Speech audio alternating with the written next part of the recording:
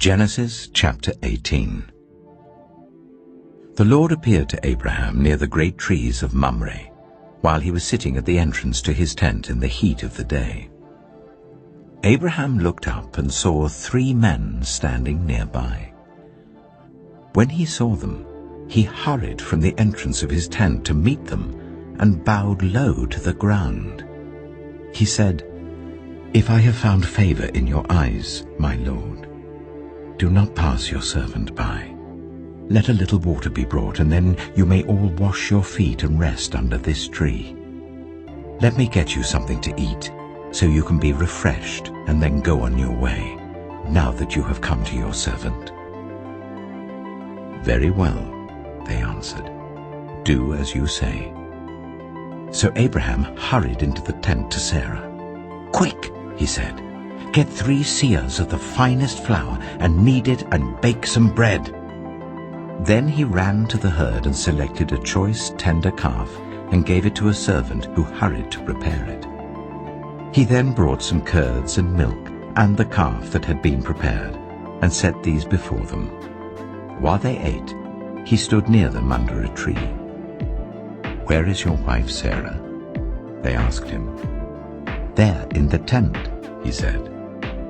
Then one of them said, "I will surely return to you about this time next year, and Sarah, your wife, will have a son." Now Sarah was listening at the entrance to the tent, which was behind him. Abraham and Sarah were already very old, and Sarah was past the age of childbearing. So Sarah laughed to herself as she thought, "After I'm worn out and my Lord is old, will I now have this pleasure?"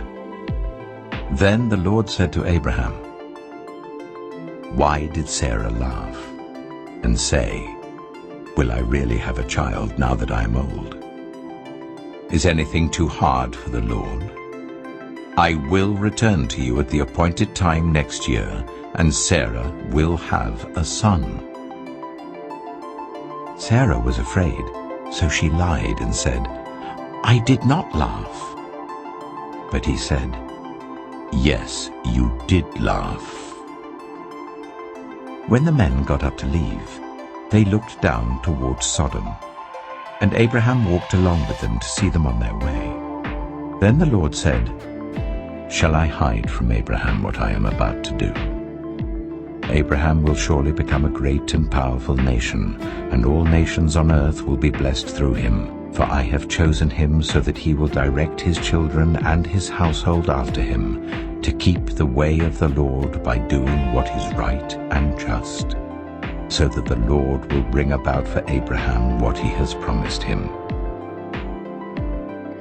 Then the Lord said, "The outcry against Sodom and Gomorrah is so great, and their sin so grievous, that I will go down and see if what they have done is as bad as the outcry that has reached me.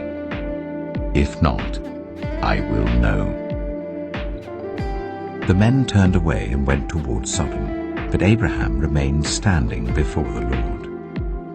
Then Abraham approached him and said, "Will you sweep away the righteous with the wicked? What if there are 50 righteous people in the city? Will you really sweep it away and not spare the place for the sake of the 50 righteous people in it? Far be it from you to do such a thing, to kill the righteous with the wicked, treating the righteous and the wicked alike? Far be it from you. Will not the judge of all the earth do right?"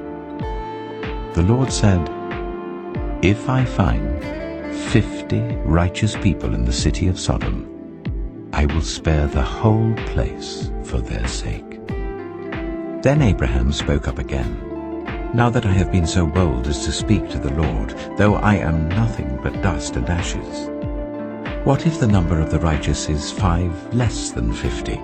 Will you destroy the whole city for lack of 5 people?" "If I find 45 there," he said, "I will not destroy it." Once again he spoke to him, "What if only 40 are found there?" He said, "For the sake of 40, I will not do it." Then he said, "May the Lord not be angry, but let me speak. What if only 30 can be found there?" He answered, "I will not do it if I find 30 there." Abraham said, "Oh, now that I have been so bold as to speak to the Lord, what if only 20 can be found there?" He said, "For the sake of 20, I will not destroy it." Then he said, "May the Lord not be angry, but let me speak just once more. What if only 10 can be found there?" He answered, "For the sake of 10, I will not destroy it." When the Lord had finished speaking with Abraham, he left, and Abraham returned home.